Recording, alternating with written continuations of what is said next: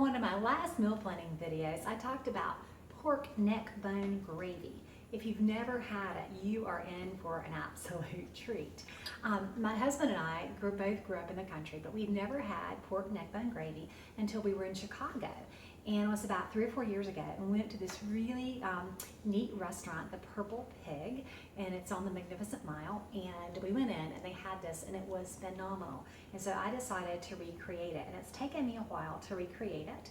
But basically, what you do is you start with pork neck bones. Now, I'd never used those before this recipe. So what you're going to get is a big package of pork neck bones, and it's going to be a lot of bone, little pieces of bone, a lot of fat, and then some really juicy, wonderful meat in between. I also got boneless neck bones, and how they do that I do not know, but this is a really inexpensive cut of meat. It's usually $1.99 or less per pound for the pork neck bones. So what I did was I got my couple packages, probably about 4 or 5 pounds total. I put it in my crock pot. It's gone for at least 12 hours overnight on low. You want to roast it low and slow. And so I put it in my crock pot, and you can see how it's really falling apart. I had one big package of the pork neck bones, and then 2 smaller packages of boneless. But I put it in here with some garlic. I just sprinkled all the meat with garlic powder, and I put probably 2 tablespoons of Italian seasoning, just sprinkled over. And then I put about a 1/4 cup of water. You don't want to put a lot of water because you want the flavor from the meat. And what I'm doing now, after this is roasted for about 12 hours, is I'm taking it out and I'm trying to leave as much juice as I can, but I'm going to collect the meat from this, and I'm going to save the bones, and then I'm going to use the broth that's in here for making the gravy. So I'm going to pull all of this out, and in just a bit I'll pick some of the meat off the bones, and I'm going to pull it out so that I can get the pot liquor. You know, I love to use pot liquor because that's where all the flavor is.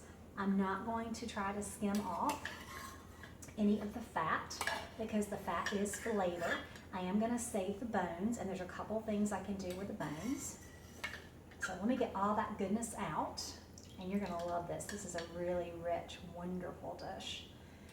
If you're Italian, you probably had it, and you may have your own delicious recipe. If you're not Italian, you'll be speaking fluent Italian after you've had this recipe. Okay, so what I'm going to do is, first of all, I'll start with the meat, and it's so tender, it's just in little pieces. And so I'm just going to put it in chunks into a large pot. Now, this is where the gravy is made. And what I've done is I've used 1 carton of palmy strained tomatoes. This is, I'm trying to see what size it is. This is a 26.46 ounce, about a 25 ounce carton of strained tomatoes. And I've also used whole peeled tomatoes. This is a brand that I got at Aldi's. It's 99 cents a can, which is a great price. I just puree it. And so in this, all I've added here is just 1 can of palmy and 1 can of the strained tomatoes puree. It's all that's in there. And I'm adding some of the meat. Now this is a bone, so I'm gonna put it in there.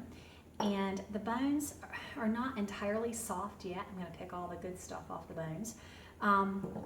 They're not entirely soft yet, so what I can do is put them back in the crock pot, let that simmer to get more broth. I can also feed them to the dogs, and the dogs love those. And so I'm just really making sure I don't have any really big pieces of fat and just adding it in here. So once I get the meat picked off the bones, I will add some seasonings, and I will simmer this. What I want to do is I'll show you kind of the viscosity. I'll show you how thick it is now, but I want this to be a really thick gravy. And you just do that by simmering it all down and simmering some of the water out. The flavors are amazing in this, and this is kind of warm, so I won't do all of it, just so I can show you. And I will have to pause the video, and you can see that's meat, and then this is fat. Some people eat that kind of fat. My family doesn't prefer it, so I'll set that aside too with the bones. And again, I have a choice. I can either put it back in there and simmer it down or feed it to the dogs. I'll probably simmer it for a little bit longer, and I can do that in the crock pot, or I can do it on the stove top. But anyway, I'm going to add the meat, until it's really nice and thick. I probably will use all of this, and I may find that I've got so much meat that I need to add more tomato to it, and if I do, then I will do that then. I'm horrible about giving amounts of stuff because a lot of it just depends on what you start with. You may have more or less pork meat than I have. All that's bone and fat and gristle and will make wonderful broth for cooking with later, so I'll set that aside. What I also will do, in addition to picking the meat apart, and I wish you could smell this, it smells amazing, but what I'll also do is I'll take my ladle, and I'll take a strainer, and I'll just pour that in because that broth is going to thin it a little bit and again give a wonderful flavor. Let me get a little more in my ladle. And you see I'm catching the bits with the strainer. And if a crock pot wasn't so heavy, I would just pick the whole thing up and pour it. But it is doggone heavy. And there we go. And it smells amazing. And I can add more to this later as it's simmering. And I normally would have this on the cooktop. And you can see, probably see the fat floating in there. Again, don't worry about that because the fat is flavor. So I'm going to just keep doing that until I've got most of the goodness, and I could do some of it over the stove. It's catching some of the fat, it's catching a little bit of meat drippings. All of that's going to go back in the pot to simmer in just a bit. So once I have the meat picked off, and I have this really nice and thick, you want a lot of meat in here. And if you don't have a meat, you can add Italian seasoning, you can add Italian sausage if you'd like. Also, I pureed the tomatoes. You can make them chunkier if you like, if you prefer that. But anyway, I'm going to put as much meat as I can in here, and then I'm going to put my seasonings. Now, again, ideally, this would probably be simmering while I was picking the meat from the bone. What kind of seasonings am I going to put? Well, I'm going to use Italian seasoning, more garlic, and I'm going to use minced onion. Remember, I like to use the minced dried onion because it absorbs the flavor. I'm going to use more basil, and I'm going to use oregano. Use your favorite Italian seasonings. Most people have their favorite spices. Now, you can use fresh garlic, that's fine, or you can use garlic powder. I tend to use garlic powder a lot because I simply have it on hand. I'm going to use the minced garlic if I can get it open. And I can. Okay, this is a tablespoon. I don't need a tablespoon. I'm going to use half of a tablespoon. And you also, if you prefer, if you don't have the fresh tomatoes or the cans, you can also use a jarred sauce. This is a lower carb sauce we've talked about before, Rouse, and it is appropriate. For the basil, I'm going to use, we love it, I'm going to use about a tablespoon of that. I was going to shake it in, but I know that not everybody is comfortable in the kitchen, and you really need to see those measurements. So that's a tablespoon.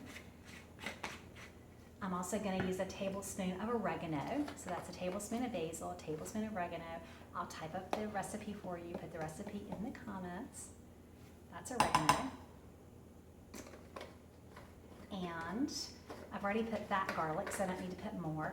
When it comes to the onions, this is a little bit lower carb option than using a fresh onion. You can use a fresh onion if you'd like. If I use fresh onion, I saute it first, then add all the tomato juices. I like the dried onion because, again, as it rehydrates, it's going to absorb the fat and the tomato flavor, and just really, it just creates a richness. I'm going to put about 3 tablespoons, and you can put more or less. And that's it. All right. Now, I'm going to show you what I'm going to do, but I'm going to go ahead and tell you, in case you're thin on time, what I'm going to do with the recipe start to finish. So let's recap. I took my pork neck bones, put them in my crock pot. I added Italian seasoning. I added garlic. I added about a 1/4 cup of water, and I let all that goodness simmer on low for at least 12 hours. After that, I pulled the meat out of the crock pot. I'm going to pick the meat apart and put it into tomato sauce. The tomato sauce is put together with canned tomatoes or strained tomatoes or a combination. You can also use tomato paste if you have them on hand, or you can use something like Ladle's. In addition to the the strained tomatoes, I used seasonings. I used Italian seasoning. I used minced onion, garlic, oregano, and basil. I also need to add salt. Don't forget the salt. When you're dealing with just tomatoes, it's not going to have as much salt as the package or prepared stuff. And I'm probably going to need about a teaspoon or so of salt. So I'm going to need quite a bit of salt. Okay, and I'll stop showing you that. And I'm going to simmer this down until it's really nice and thick. And I'm going to show you what it looks like when it's simmered down. But for now, you can see it's pretty runny. It's not very thick at all. It's going to be too thick to do that once I get it simmered down. After I simmer it, and I will show you this, but after I simmer it, I'm going to get my ramekins. And you can use a larger ramekin like this, a larger baking dish like this, or smaller ramekins. And I'm going to put a dollop of cheese, of ricotta cheese in it. A dollop of ricotta, a little more than that. Probably about, 2 tablespoons or so. Put what you like. I'm also going to add to that some mozzarella cheese, and I have a little shredded mozzarella here. And then I'm going to scoop some of the really thick tomato gravy on top of it. I'm going to put it in the oven at 375 and let it bake until it gets all brown and bubbly. I'm going to top it with more Parmesan cheese or mozzarella cheese, put it back in the oven, let that brown, and then I'm going to serve it to my family. And I'll show you the end part when I get to that point. So I'm going to pause now, simmer this down, and I'll be back. As you can see, this is simmering at a really nice clip. It's going to simmer for probably close to 45 minutes or an hour, and after that, we'll make the magic. I'm going to warm up the oven too.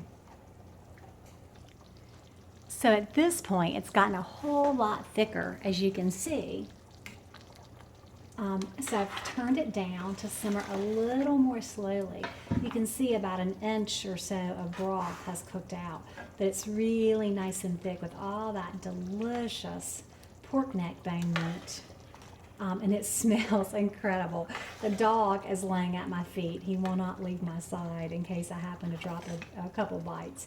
So we're just about ready to put this in ramekins and then see what happens with it. Okay. So we picked off the pork neck bone meat and we put it in our tomato sauce, and we've simmered everything down, and now it's wonderful and rich and thick. So what I've done is I've taken ricotta cheese and I've put it in some ramekins or some baking dishes. I like to use the ramekins because of portion size, but you can use a larger baking dish. And basically I'm just taking ricotta and smoothed it around the bottom of the dish. And then I'm going to take the pork neck gravy and just ladle it over the ricotta. If you don't like ricotta, there's no worries. You don't have to use it. It's good just like it is. And once I get it in there, I'll put a little bit more. I'm going to put a little bit of mozzarella, grated mozzarella, and some Parmesan. Now you can use either or both. This is just some fresh Parmesan I'm going to grate. And then that's going in the oven at 375 until it's nice and brown. Something else I like to do is to sprinkle a little bit of basil, or you can use dried Italian seasoning or oregano, whatever your favorite is. But putting those herbs in the cheese, let me do this, putting the herbs in the cheese, when the cheese melts, the fat gets in the dried herbs, and it's wonderful. Let me do this one the same way. I'm just ladling the meat in. Get a little more juice in there. And I'm going to cover it with some mozzarella. So yummy. And I'm going to put a little fresh Parmesan on there. And that's going in the oven. Okay, I'll finish the rest of that. We love cheese at my house. Somebody said, your recipes have a lot of cheese, and they do, because we just simply love it. And I'll sprinkle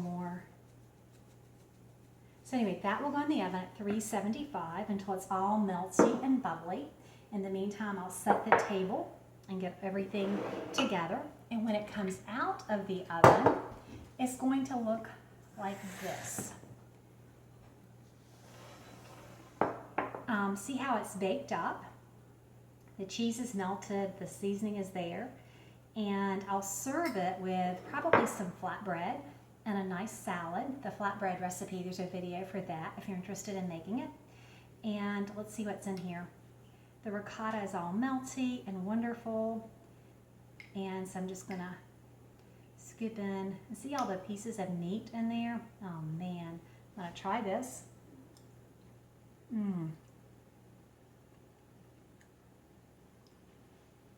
It's as wonderful as I remember from mine and my husband's meal in downtown Chicago.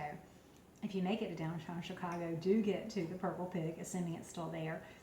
And you can just see all that wonderful goodness. And this flatbread is an Italian flatbread. Let me try that. And this is going to be lunch. And this is a single serving size, but my family will probably eat more than just one.